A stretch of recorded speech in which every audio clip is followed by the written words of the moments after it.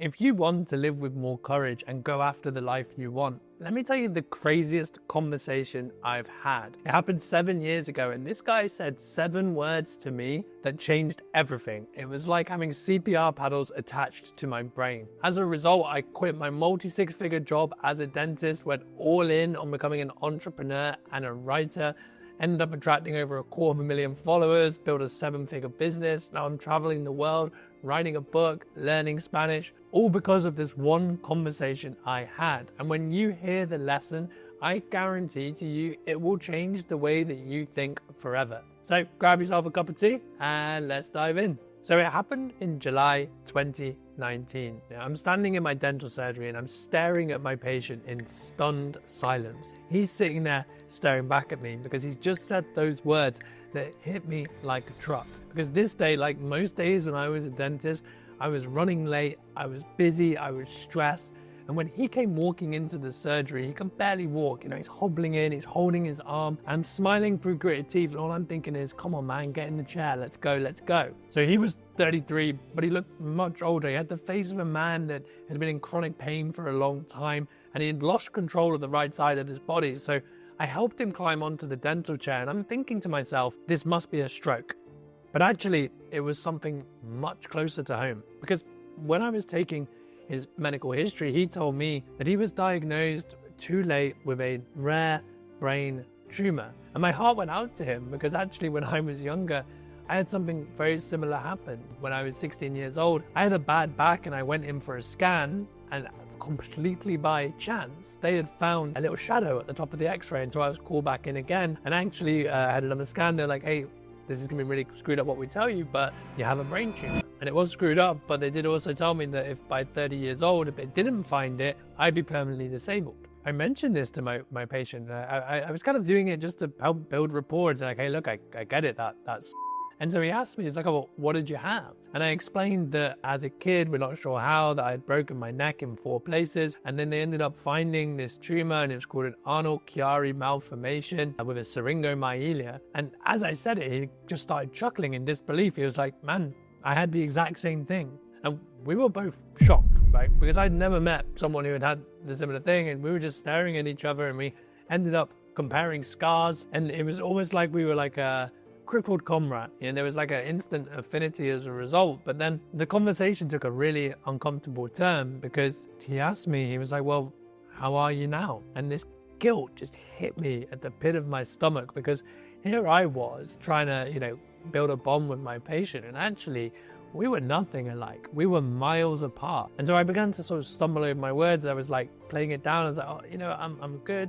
My neck is always really stiff and it's always getting injured, and I've lost a bit of sensation in my right hand, but otherwise I can't really complain.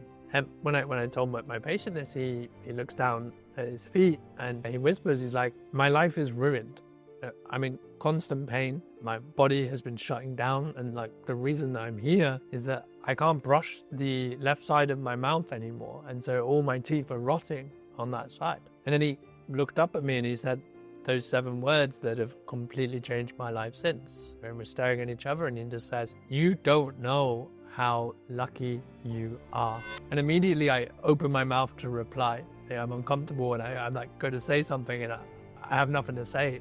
I close my mouth again, and I'm just looking at him, and it is the strangest experience I've ever had, because I realized that I was staring into a mirror of a reality that I narrowly avoided completely by chance. It only took my doctor to be a little more busy, a little more tired, to not notice this tiny shadow, and it would be me in the dental chair talking to someone else about how my life was over instead. About 20 minutes later, I said goodbye to the patient, and I drove home in a daze. His words were just bouncing around in my skull as I thought through what had just happened. You don't know how lucky you are.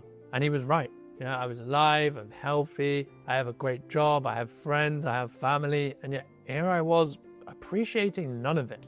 Instead, I was anxious and stressed all the time. I saw everything as a problem that needed to be solved, right? I hated the fact that I was working a job that I didn't enjoy, and resented that I had picked the wrong career. I made good money, but nothing ever felt like enough, and I was always comparing myself to other people, wondering what the hell was wrong with me. Like, I really didn't like who I was. I wanted to change everything about myself.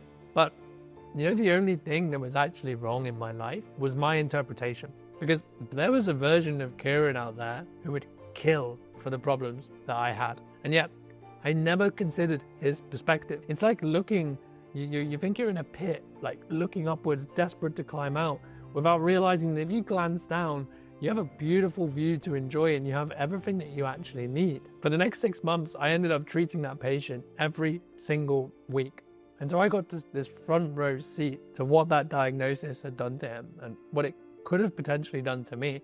And it was like having CPR paddles attached to my brain. You know, I'm not suggesting that life was all sunshine and rainbows immediately after. I was still in the same perceived situation. I was working 2 jobs. It was 60, 70 hours a week. There were a lot of things that I wasn't happy about, but I had just begun to wake up. I had begun really noticing when I was thinking negatively or where I was choosing to see myself in a less than helpful light. For me in particular, I was speaking to myself so harshly. Like, it was crazy. And the interesting thing about awareness is that once you begin to see these things, they start to unravel. Like, there's a saying, I think from Socrates, that no man does wrong knowingly. And once you start seeing these weird things that you do to yourself, it doesn't really make sense to do them anymore. And so I began making gradual different choices. You know, I got rid of my second job and I was terrified what my boss would think, but I was like, I have to. And then I was like, I need to start experimenting. I need to find something else to do. And I started producing techno music, and then I tried to do stand-up comedy, and I was just testing. And I got out of my own way, and I just started to become a different person. And about 2 years after this conversation, I ended up quitting dentistry to go all in as a writer. And that was one of the most terrifying things that I've ever done to this day. But as a result, I managed to actually, very grateful to say, like, I have a life that is really, really fun for me. I get to read every day. I'm sitting here in Buenos Aires, like I'm learning Spanish terribly, fumbling through things and really living on the edge of what I would consider quite a adventurous, courageous life. And I would never have done any of this 2 years ago because of what he said to me. And so my mistake was that I was always looking at life through what I lacked. There's a really great expression from Greg McCowan here where he says that if you're focused on what you lack, you lose what you have. And that's so true. Like, if you're always thinking that there's someone out there better than you, or if only you could just do X, Y, Z, then you get to be happy, you're always going to have like this pressure on yourself, and you're never going to get to where you want to be. And so what this guy taught me, and you know, having that weird experience, was that there are 2 ways we get to look at the world. Okay, like we say, you got the lens of lack, okay, where you're not enough, and then you have the lens of luck, right? Where you actually appreciate how lucky you are. You might think, oh, you know, I'm not that lucky, I don't have what you have, but we're alive. You know, there are so many different realities where stuff could be so much worse, and we just never consider it because it's not in front of us. And look, I hate self-improvement gurus that force feed you positively okay? Life is hard, and it will constantly smack you in the face. But there is a difference between pain and suffering, and we choose to suffer, okay? You can't choose pain or avoid pain. Actually, trying to avoid pain is just going to cause you so much pain in the future. I've been there. But if you're suffering as a result, that's the lens that you're looking in, and it's really not helping. And the thing is, it's not your fault, okay? You and I, we live in this society where the default script is to tell us that we're not enough, to tell us that there is something wrong with us, because if we believe that, you're very easy to control, right? You're not going to be thinking freely. You're not going to be thinking dangerously. You're going to be like, oh, I have to fit in to this model. I have to go after what other people want. Basically play other people's games. And that's where you have to really start to think and be like, I want to do what I want with my life, because life is short. And like I said, people don't like it when you think like that, because it's very different to what everyone else is up to, because everyone else is bloody miserable. And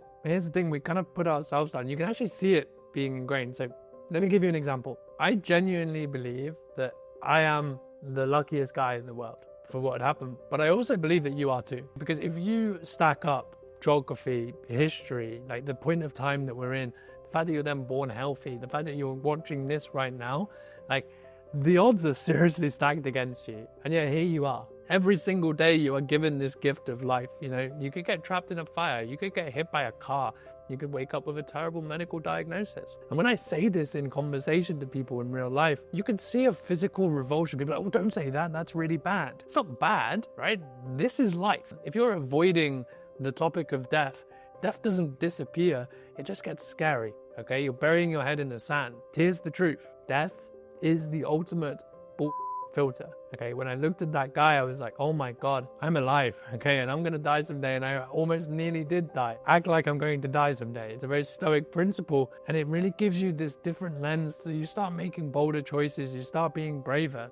And what happened to me is that I began to realize that 99% of the shit that I was worried about was not worth worrying about. And that cleared up so much space in my head to be like, great, what do we do if we're the luckiest person in the world? Well, you go after your dream. Like, you work hard, you stop caring about stuff that people are putting you down. It's like, screw them, I've got a thing to do here. I've got, 70, 80 years hopefully on this planet. How fucking fun is this? Let's go after it. And so look, you can wait until you narrowly brush against death to work this stuff out. That's usually what happens if people, a close one dies or they get ill, and then you recover and you're like, I'm gonna do something with my life. Or you can just get some space and start thinking about this seriously and really reflect on the fact. I have one question for you: is how would you change your behavior if you saw yourself as the luckiest person in the world? Because we get one shot on this planet, but we can take many shots within it. So make it count. Choose the story that helps you the most.